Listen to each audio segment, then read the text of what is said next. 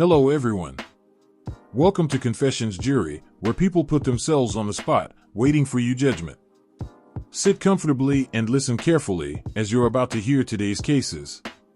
You hold the hammer and you apply the law. Let us have your verdict down in the comments section. As always, don't forget to subscribe and like the video. Let's head on to our first case. Case 1. Am I the bad person for refusing to set up my friend anymore after he stood up my best friend? Liam, 23M, is my husband's best friend and is someone I also consider a friend. Recently, though, Liam and I have had a huge falling out, and I'm starting to question if I was too harsh. Liam has had a massive crush on my best friend Olivia, 24F, for over a year. Olivia recently went through a bad breakup with her long-term boyfriend, like, he dumped her via text bad, and she was determined to move on fast. Liam basically begged me to set him up with her, saying he'd give anything to go on a date with her. I genuinely like Liam and thought, like, why not? Olivia and I have been best friends since we were kids, and I want her to be happy. So, I talked to Olivia about opening herself up to dating again, and she was open to the idea. I suggested Liam to start small, maybe hanging out as friends first, and see where it goes. Liam agreed, asked Olivia out, and they made plans to meet for a movie on Saturday. Everything seemed great, until Saturday. The day of the date, Liam went to a sports game in the morning and got so drunk celebrating his team's win that he decided to take a nap at home before the date. Well, that nap turned into him completely sleeping through their plans.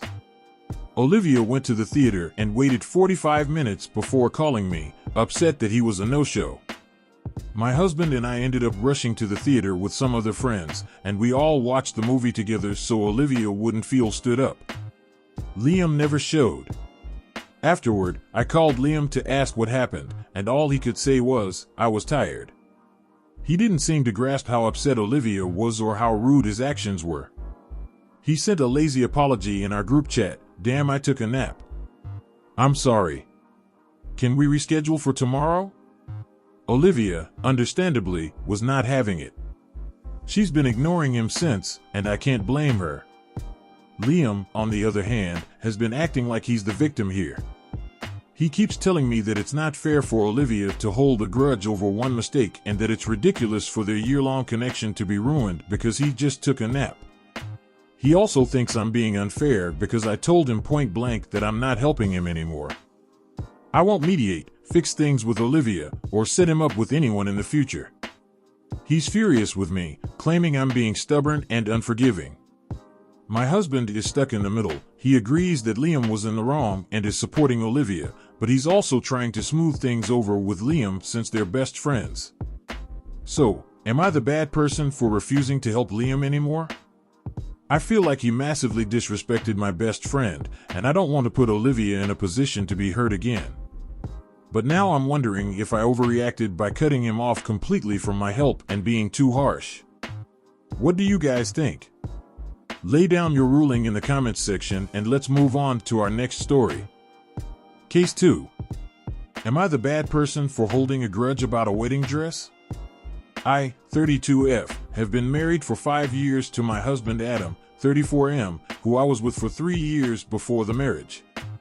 By the time I met Adam's side of the family, we were already officially together for 8 months, and by the time we were 2 years into the relationship, I was regularly invited to monthly brunches with MIL, SIL, and MIL's 2 nieces. I loved how welcoming they were, and I can't recall a time where we had any major issues. SIL is a dress designer, and her bread and butter are wedding dresses, prom, and homecoming. In Adam's family, his grandma was a seamstress during her life. She helped design or make a wedding dress for the women in the family. By the time she passed, SIL took up the mantle and designed dresses for the women in her family. A couple months before Adam proposed, he started making comments/jokes about SIL designing a wedding dress for me, and SIL would just smile and laugh. Now, I wasn't so entitled to think that SIL owed me a free dress like everyone else, but I did assume she'd make one for me. Shortly after Adam proposed, I went over to SIL's place to get an estimate for her services so that I could plan for it in the budget, and she told me that she was booked for months and wouldn't be able to make me a dress. I was sad but respected her choice and defended her when Adam tried to get her to make me a dress. I still had her in my bridal party, never once made comments about her not making me a dress, and maintained grace and politeness. Everything went well and we moved on. However, recently it was revealed at a family gathering that SIL lied and that she just didn't want to make me a dress, and I was hurt. She kept avoiding the subject until one day when my friend and sister cornered her. She confessed that she didn't like how I assumed I would get a dress from her and thought that I'd be an epic bridezilla mega B*******H, and that she didn't want to go through the hassle of making a dress for a woman she didn't see Adam being with in the long term. I asked her why she thought that and what about me gave off an entitled person's energy. I also reminded her that I asked her privately for the cost of her services. SIL shrugged and said that that's how she felt at the time and admits that she couldn't justify her reasoning and did feel bad about it later. She apologized, and while I did accept it, I'm still upset. The problem now is that SIL needs to have surgery and will need someone to care for her for at least a week after. I have a flexible work from home schedule and was going to do the bulk of her caretaking, but now I don't want to do it. Adam is on my side, but SIL and MIL think that I'm being too petty. Am I the bad person? What do you guys think of this one? Let us know in the comments section, and let's move on to our next story. Case 3. Am I the bad person for telling my dad's ex she can't stay with us even if she was evicted and lost her car keys at our house?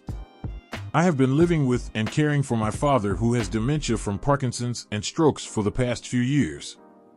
A few months ago, one of his ex-girlfriends comes over and he starts telling me we need to give her stuff like one of his cars because she's fallen on hard times. My dad is pretty easily manipulated in his current state, so this rang a lot of alarms. Yesterday she rang a giant alarm bell when she showed up with her car full of stuff out of nowhere and pretended she couldn't leave. I say pretend because when it came time for her to leave, she said it was too dark for her to drive home even if she found her keys. I told her she can't stay with us as we really don't have the space. She should try looking for her keys some more or figuring out how she's getting to a hotel she already said she rented. She said okay and went to her car and sat in complete darkness without turning on a cab light for 45 minutes. Then came back in and said she can't find them and tried looking everywhere and she can't leave even if she found them anyways. I asked how, if it's too dark to drive, would she find her keys in her dark car without turning on a light? And she said, well, I was trying to compose myself, even slurring her words. Literally like if you asked an actor to tell the most unconvincing drunken lie possible, then said she was frazzled because I was trying to rush her and I need to respect my elders more. So flat out I asked her if she was drunk and she changed the subject. I asked her again what she was doing in her car in the dark that whole time since she can't see, and she walked back to her car without saying anything. I found out from my dad her car is full of her belongings because she was just evicted from her apartment due to refusing to pay her rent because she felt she was being overcharged at one of the cheapest places in town. What I think is happening is she doesn't have anywhere to go and was hoping she could just force us into letting her stay. I drove her to the hotel she said she rented and asked her again what she was doing in her car in the dark. She said she was in hell just sitting in a car with me and would never want to live with us, and she was feeling around in the dark for her keys. I told her that's really unbelievable and she needs to get her stuff today without any problems. I am worried she will insist the keys are gone for good or just anything to try and invade our lives and keep this going as long as possible. My dad has already helped her out with money once and she seems desperate. Can't wrap my head around that story. What do you think? Who is in the wrong there? Let us know down in the comments section, and let's move on to our last case. Case 4. Am I the bad person for asking my wife to wear a hairnet while cooking? My wife loves to cook, and I truly appreciate her meals, they're delicious. However, her hair keeps getting in the food. It's long and tends to shed a lot, so it's almost a guarantee that I'll find at least one strand in every meal. I've tried to casually mention it a few times, saying stuff like, oh, looks like your hair wanted to join dinner, but it hasn't made much of a difference. Finally, I decided to ask her to wear a hairnet while cooking. I figured it was a practical solution. She got really upset, saying it's embarrassing and that I'm making her feel like she's gross. That wasn't my intention. I just don't love finding hair in my food. She says I'm overreacting and should just deal with it since it's not that big of a deal. I think it's a simple request to improve both of our dining experience. Now I'm second-guessing myself because I don't want to hurt her feelings, but I also don't think I'm being unreasonable. Am I the bad person? You've sat down, you've listened. Now, it's time to state your ruling. What is it gonna be? Let us have it down in the comments section down below. Thank you for watching. Please like this video if you enjoyed it and subscribe for more cases like these.